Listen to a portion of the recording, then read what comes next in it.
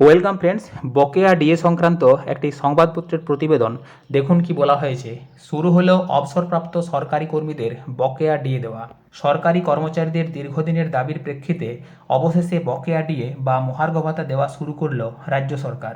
নবান্নের অর্থ দপ্তর সূত্রে জানা গিয়েছে, শুক্রবার থেকেই অবসরপ্রাপ্ত সরকারি কর্মচারীদের অ্যাকাউন্টে বকেয়া ডিএর টাকা জমা পড়তে শুরু করেছে। আপাতত 2008 সালের এপ্রিল থেকে 2015 সালের ডিসেম্বর পর্যন্ত সময়ের বকেয়া অর্থ মেটানো হচ্ছে।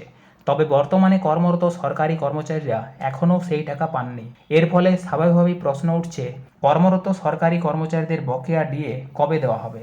সেই উত্তর মিলতে পারে আগামী 1 জুন মুখ্যমন্ত্রী শুভেন্দু অধিকারীর সঙ্গে সরকারি কর্মচারী সংগঠনগুলির বৈঠকে। ওই বৈঠকে বকেয়া ডিএ মেটানোর রূপরেখা নিয়ে গুরুত্বপূর্ণ আলোচনা হতে পারে বলে আশা করা হচ্ছে। ডিএ নিয়ে মামলাটি এখনও সুপ্রিম কোর্টে বিচারাধীন। গত বুধবার মামলার শুনানিতে আদালত রাজ্য সরকারের কাছে জানতে চায়, বকেয়া ডিএ মেটানোর প্রক্রিয়া কতদূর এগিয়েছে। রাজ্যের তরফে কিছুটা সময় চাওয়া হয়।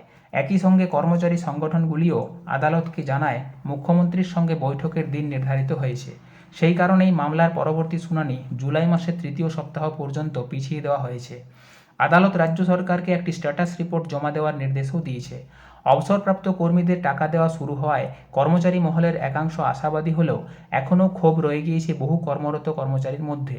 সিপিএম সমর্থিত কোঅর্ডিনেশন কমিটির নেতা বিশ্বজিৎ গুপ্ত চৌধুরী জানিয়েছেন, অবসরপ্রাপ্তদের বকেয়া মেটানোর উদ্যোগ ইতিবাচক হলেও কর্মরতদের প্রাপ্য দ্রুত মেটানো প্রয়োজন। অন্যদিকে শিক্ষক ও গ্র্যান্টিং এড কর্মীদের একাংশ অভিযোগ করেছেন, তারা এখনও পর্যন্ত কোনো অর্থ পাননি। এর আগে সুপ্রিম কোর্ট নির্দেশ দিয়েছিল, সরকারি কর্মচারীদের বকেয়া ডিএর অন্তত 25% দ্রুত মিটিয়ে দিতে হবে এবং বাকি অংশ ধাপে ধাপে পরিশোধ করতে হবে।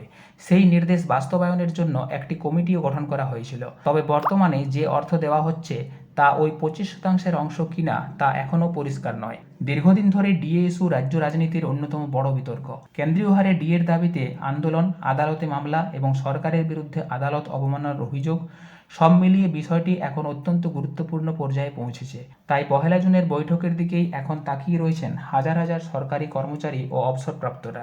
ফ্রেন্ডস, এই প্রতিবেদনটি আমি আপনার সাথে শেয়ার করলাম। ধন্যবাদ।